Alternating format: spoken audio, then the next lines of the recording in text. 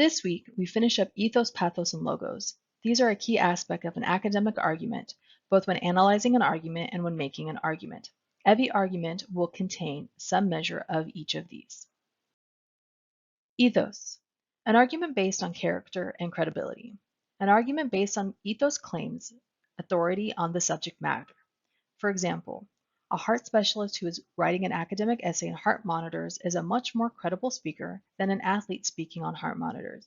Yet if they were asked to write about the effectiveness of this monitor in track and field events, then it might very easily be switched.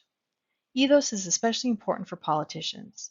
As people run for office, their credibility is constantly taken into question.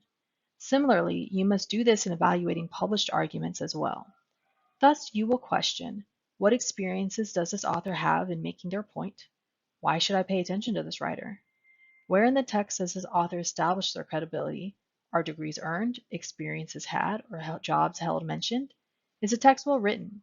Does it seem like they know their material? Where was it published? Is the publication credible? What in the text makes their writing credible? Are the sources used reliable or credible?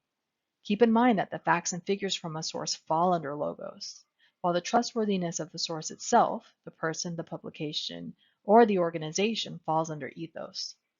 The author might not be an expert on the subject, but uses sources and materials in such a way that they have at least done their research. Pathos is the argument based on emotion and feeling. An emotional appeal is when the author bases their argument on our feelings. They try and get under our skin, whether to make us laugh, cry, angry, compelled, feel pride, etc. This is generally more of a persuasion technique rather than a specific argument. Keep in mind that humor is a huge part of this, and it is not always well-intentioned. Some of the greatest humor is ridiculed and attempts to incite anger in the reader. Pathos is also something we often see in political campaign commercials because they often appeal to feelings of anger, pride, patriotism, values, anger, and so forth. Also, keep in mind that pathos is not necessarily displays of emotion in the text, but instances of where the text appeals to emotions in the reader. For example, a writer might describe being angry, but it is not done in a way that seeks to make readers feel anger or an emotion. Then it is not pathos. On the other hand, the reader might present material lacking emotion that is intended to make the reader angry. This is also another place where you want to keep the audience in mind. Thus, the question to ask is what emotion the author is trying to instill in their audience. Logos. This is where the argument is based on fact and reason, or logic.